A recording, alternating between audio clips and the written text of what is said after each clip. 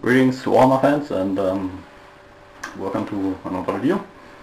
This one is more or less specifically for Detlef, aka Arbornoctua. I have the honor of basically creating his chapter master Konduko Ventego for his Desert Strikers chapter, and it's taking me some time because, well, I'm slow and I'm green stuffing some stuff. It's hard to see here again, I guess. And to make it look unique. But this is more like an update video along with a few questions about how I shall make a few things. So basically I gave him the back half of a torso with a cape or cloak, and the front is just from you can see that by this rim here, by this collar. That's the Mark 8 armor, which usually these sergeants, Spacemarine sergeants, have. However, I filed down the skull on top here and the vent on the chest here and a bit here, and filled it up with green stuff, and that's going to model a sword here, so it looks together with these wings like the Dark Angels or Desert Striker logo. But that's the torso. Put that in a second here. Put that here. How can you see that?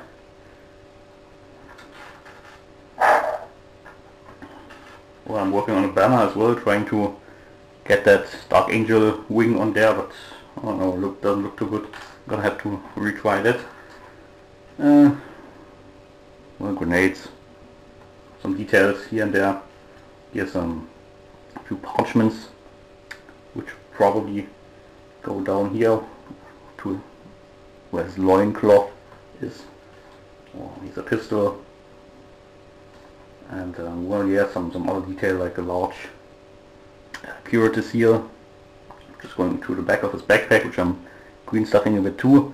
Wanted to put a big sword on here as well, and then this down here, because the flow of this purity seal fits with the rest of the model, with his cape and with the folds in his banner here.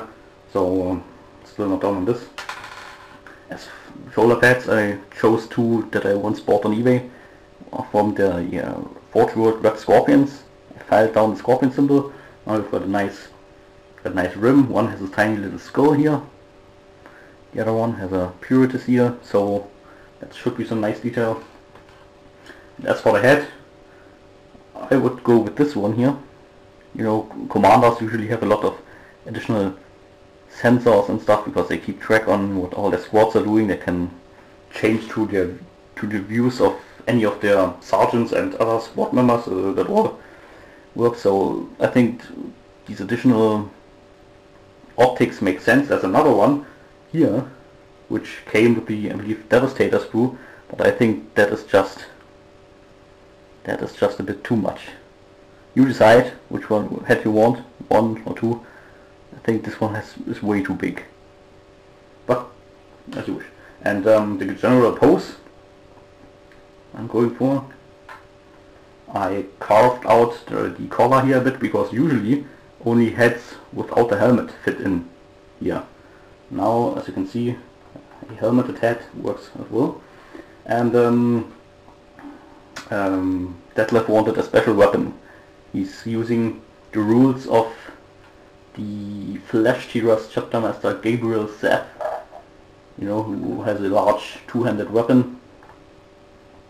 And but he wanted a special two-handed weapon, like Darth Maul from Star Wars, double-bladed lightsaber. I'm currently working on that. Basically, this is a toothpick which I file the edges down and around, and currently trying to model a grip, a handle on there. So this arm, his right arm's going to hold it like this, and then I came up with the idea. You see this arm here? That's from a Space Marine missile launcher guy. And if you, it's hard to see, your hand is in the way. Just imagine this arm being placed here, So he's got kind of a kung fu pose going, you know. He's holding the staff in one hand, his other hand is like, sorry, he's holding it like this in front of his body, with martial arts style, you know, which fits the weapon, I believe. You know, the monks in old China, they used that bow, that quarter staff, or how it's called. So I'm still working on this one, but that's the general idea on how this figure is supposed to look. You know, like that. It's hard to see here, sorry, but I'm sure you get the idea. So yeah, tell me if you are happy with this, if you want any changes, which head you want, this one or the one with the ridiculously big eye, so I can change things up if needed. That's it for now, and yeah, see you in another video.